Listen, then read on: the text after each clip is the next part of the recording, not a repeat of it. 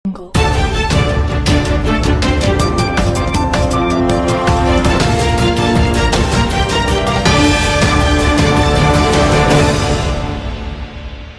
అండి. ఈరోజు వరకపూడిసెల రిలే నిరాహార దీక్ష గురించి పర్మిషన్ కోసం అనేసి నర్సాపేట రావడం జరిగింది. ఆల్రెడీ అక్కడ లోకల్గా ఉన్నటువంటి డిపార్ట్మెంట్ వాళ్ళని పర్మిషన్ కోసం కలవడం జరిగింది. సో లోకల్గా వాళ్ళు పర్మిషన్ ఇవ్వలేము అనేసి చెప్పడం జరిగింది. ఆ తర్వాత ఎస్పీ గారిని కలవడానికి నర్సాపేట వచ్చాము. సో ఇక్కడ కూడా వీళ్ళు కూడా సేమ్ అదే పరిస్థితి. సో మేము ర్యాలీలకి ఎటువంటి పర్మిషన్ ఇవ్వలేము అనే విధంగా వాళ్ళు చెప్తున్నారు. సో నెక్స్ట్ అదేవిధంగా ఇక్కడ కలెక్టర్ గారిని కూడా ఈ వరకపూడిసెల ప్రాజెక్టు గురించి ఫేజ్ 1 వరకు ఇమ్మీడియట్గా పనులు మొదలు పెట్టవలసిందిగా రిక్వెస్ట్ చేస్తూ దానికోసం కలెక్టర్ గారు కృషి చేయవలసిందిగా కోర్టు అడిగాము.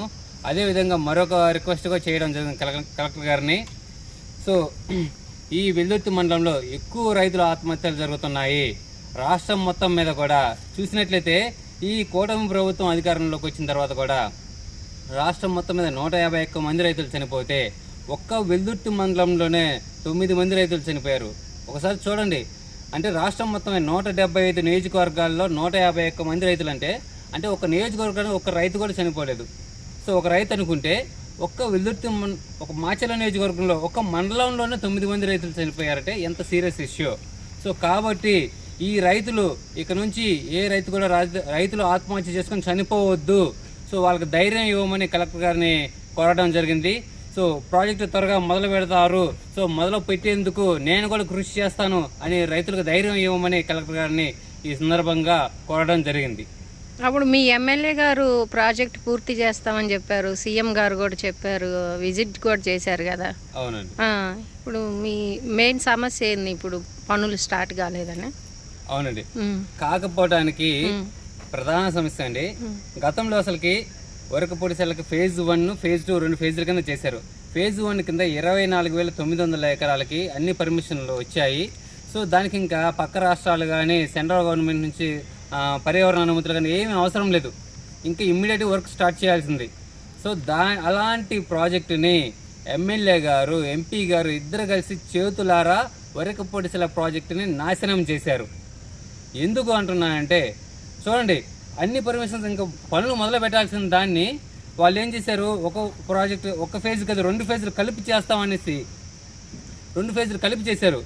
ఆ కలపడానికి ముందు ఎంపీ గారు ఏమన్నారు, వరకపూడిసెల గవర్నమెంట్ దగ్గర డబ్బులు లేవనే విషయం మనందరికీ తెలిసిన విషయమే అని తెలివిగా మాట్లాడారు. తెలిసిన విషయమే, మరి తెలిసిన మీరు ఏ విధంగా 2 ఫేజ్లు కలిపి ఒక ఫేజ్ కింద ఏ విధంగా చేస్తామని చెప్పారు. ఒక ఫేజ్కి 25,000 ఎకరాలకి ఒక 400-500 కోట్లకే దిక్కు లేదు మన దగ్గర. మరి 2 ఫేజ్లు కలిపితే 3,200 కోట్లు అవుతుంది.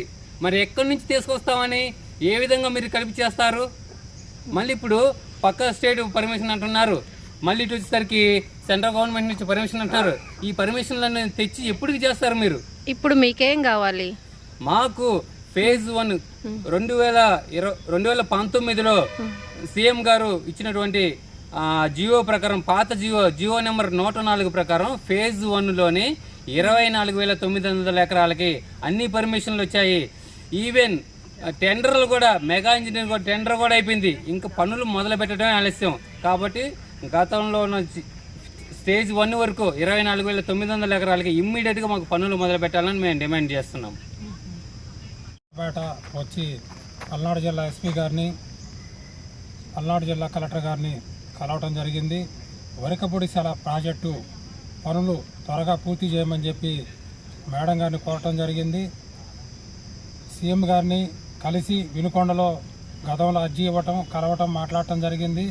వాళ్ళు ఇచ్చిన హామీ ప్రకారం సీఎం చంద్రబాబు నాయుడు తక్షణమే వరకపూడిసెల ప్రాజెక్టు నిర్మాణానికి అవసరమైన నిధులు కేంద్ర ప్రభుత్వాన్ని సహాయం కోరి ఆ నిధులు తీసుకొచ్చి ఈ ప్రాజెక్టు పనులు పూర్తి చేయాలని చెప్పి మా విన్నపం. పల్నాడు జిల్లా చిరకాల స్వప్నమైనటువంటి వరకపూడిసెల ప్రాజెక్టుని మేము పూర్తి చేస్తేనే ఓట్లు వేయమని చెప్పేసి ఆనాడు ఎన్నికల్లో భాగంగా నారా లోకేష్ యువగళం పాదయాత్రలో హామీ ఇవ్వడం జరిగింది. వెనుకొండలో మా ఎస్టీ మహిళలతో పాటు వ్యవసాయ రైతులు కూలీలతో అందరితో మమేకమై ప్రాజెక్టు పూర్తి చేస్తాము, ఖచ్చితంగా మాకు ఎన్నికల్లో ఓట్లు వేయమని చెప్పేసి చెప్పినటువంటి నారా లోకేష్ బాబు ఈరోజు వరికిపొడిశాల ప్రాజెక్టు ఎందుకు మాట్లాడలేదని చెప్పేసి మేము గిరిజన సమైక్య నుంచి ప్రశ్నిస్తూ ఉన్నాం. అదేవిధంగా ఎన్నికల్లో భాగంగా వెనుకొండ మాచర్లలో వచ్చినటువంటి ముఖ్యమంత్రి చంద్రబాబు నాయుడు గారు ఖచ్చితంగా వరికిపొడిశాల ప్రాజెక్టు పూర్తి చేస్తామని చెప్పేసి ఆనాడు చెప్పినటువంటి చంద్రబాబు నాయుడు గారు ఈరోజు దాన్ని ఊసే ఎత్తడం లేదు. ఈరోజు పల్నాడు శ్రీను గారు చెప్పినట్టు సుమారుగా 150 మంది రైతులు ఆత్మహత్య చేసుకుంటూ ఉన్నారు. ఖచ్చితంగా వెల్దుర్తి మండలం అనేది చాలా కరువుగైనటువంటి ప్రాంతం. ఆ ప్రాంతానికి నీరు లేదు. ఖచ్చితంగా వరికిపొడిశాల ప్రాజెక్టు పూర్తి చేయాలని చెప్పేసి మేము ఈ యొక్క సమస్యని అధికారుల దృష్టితో పాటు ప్రభుత్వం దృష్టికి తీసుకెళ్లే విధంగా దీక్ష చేపడతామని చెప్పేసి గత వారం రోజుల నుంచి అన్ని ఏర్పాట్లు పూర్తి చేసుకున్నప్పటికీ అధికారుల చుట్టూ తిరుగుతున్నప్పటికీ అనుమతులని మేము ఇవ్వడం లేదు అని చెప్పి చెప్పడం అనేది ఎంతవరకు సమంజసమని చెప్పేసి మేము ఈరోజు అధికారులు అడుగుతూ ఉన్నాం. ప్రజాస్వామ్యంలో ఎవరైనా సరే నైతికంగా ప్రశ్నించే హక్కు ఉంది. ఖచ్చితంగా ప్రజాస్వామ్యంలో ధర్నాలు, రాస్తారోకు, నిరసనలు తెలియసిన హక్కు ఉన్నప్పటికీ అనుమతులు లేదని చెప్పేసి నిరాకరిస్తున్నారంటే వాళ్ళు ప్రభుత్వ అధికారులు సైతం ఈరోజు కూటమి ప్రభుత్వానికి కమ్ముకు వస్తున్నారనేది చాలా స్పష్టంగా అర్థమవుతూ ఉంది. ఖచ్చితంగా ఏవైతే మేము ప్రజలకు హామీ అయితే ఇచ్చామో ఈ వరికిపొడిశాల ప్రాజెక్టు సంబంధించి ఖచ్చితంగా దీక్ష తీరుతాం. ఖచ్చితంగా దీన్ని అడ్డుకుంటే మాత్రం తీవ్రమైనటువంటి పరిణామాలు ఉంటాయని చెప్పి మేము గిరిజన సమైక్య నుంచి, సిపిఐ పార్టీ నుంచి అధికారులు మేము హెచ్చరిస్తూ ఉన్నాం.